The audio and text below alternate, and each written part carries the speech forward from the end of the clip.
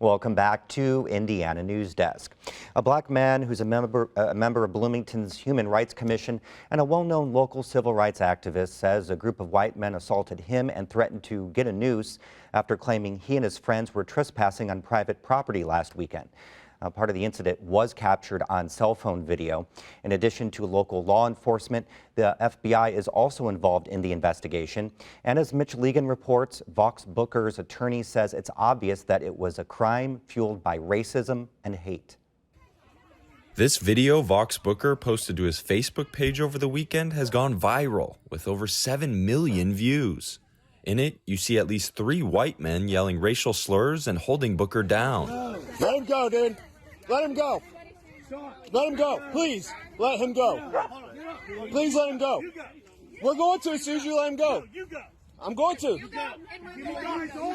Booker says they pinned him against a tree and at one point threatened to get a noose. At that point, a lady yelled, "You're going to kill him." And I had the very surreal experience of thinking of George Floyd.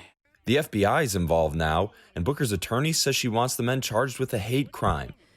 It's bone-chilling, the accounts of the witnesses when they describe the look in those people's eyes of violent rage. They couldn't get enough.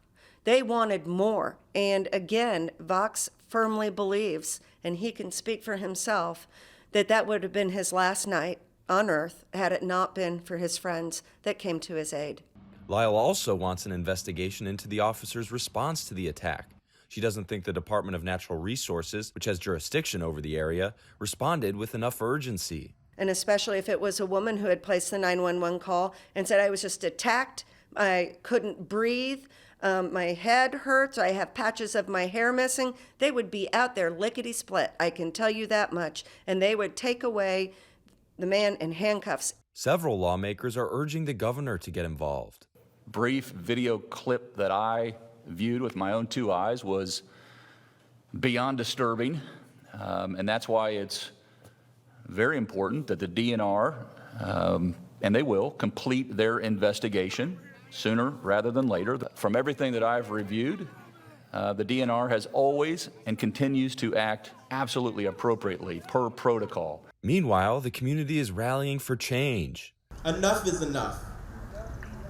Bloomington, this is a turning point in which we can raise the questions that need to be raised and hold our elected officials accountable. State Senator Eddie Melton came down from Gary to join the protests. Every single person that's here, especially our white allies, have a responsibility to call out racism in its face and make sure that it never happens again. Black Lives Matter Bloomington has 5 demands: that the attack on Booker be investigated as a hate crime, that the officers involved be investigated and disciplined, that Monroe County goes over its relationship with the Department of Natural Resources, that the city and county freeze all law enforcement hires, and that the city and county must commit to specific training to dismantle white supremacy. For Indiana Newsdesk, I'm Mitch Legan. Vox Booker joins us now via Skype. Vox, thanks for joining us. I know you have a lot going on. We just watched some clips from the cell phone video you posted of the incident last weekend. Now, you say this all started because the group of white men said you were on private property. Can you explain how your paths crossed with these guys? So we're going into the Hoosier National Forest to just watch the lunar eclipse with some friends. We were still within the public spillway, the buffer zone from the beach. When the gentleman encountered us and told us we were on private property, I knew we were on public land, but I didn't want to have any type of conflict. So rather than just be right, I just simply apologized and continued forward. From there, we advised our party members that they should just use the public access to the beach. Later on, when some more folks arrived, they informed us that these gentlemen had blocked off the beach with a boat and ATVs and had yelled white power at one of the party members that passed by. So in your Facebook post, you say after that initial interaction with these guys, you and some of your friends then went back to talk to them. Why did you go back? I'm a trained mediator. I'm a human rights commissioner. I have years of conflict de-escalation training. And this is my community. I'm part of this community. It was easier to just go back and see if we could be good neighbors, have a conversation, and recognize each other's humanity. And it's not the first time that I've, as an activist, that I've had to have these moments where there was some conflict.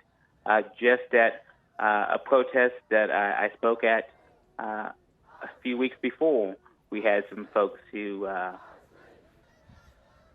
didn't quite agree with what we were doing. So, I just engaged them because that's just what I do. And as a human rights commissioner, I feel like making connections is what the job is about.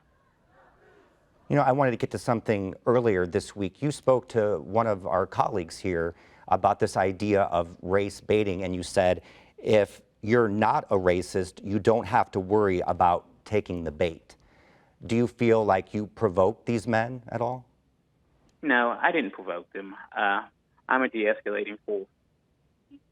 And that's not my way to provoke. It's easier for everyone if we can just live and coexist in peace. We heard from your lawyer talking earlier about how she wants an investigation, of course, into the DNR's response. What happened when the DNR responded to the lake? I mean, I know on Facebook you detailed that the harm that was done to you during the attack. Did you show DNR your injuries? Yeah, well, after folks protested in DNR, originally they showed up and they talked to the men that had attacked me. Then they came to us. After folks put up a protest, when they told us all they were going to do was file a report, DNR went back and got these folks' information. Then they came back and viewed my injuries. They didn't seem to be really concerned. They took some photographs. And then the following day, when I went to the emergency room, my physician called the Department of Natural Resources and demanded that they come back and add a whole medical evaluation into the incident report. All right, Fox, we just have a couple seconds left before we go. What needs to be done right now? If there's one thing in Bloomington that needs to happen to fight racism, what should that be? So we need to come together. We need to demand that this agency stop dragging its feet. It's been a week since they dragged me against a tree. If this agency isn't willing to move, it's time for us to go ahead and begin the process of a grand jury and let the citizens decide. Okay, Vox, thank you very much for your time. Appreciate it. I appreciate you.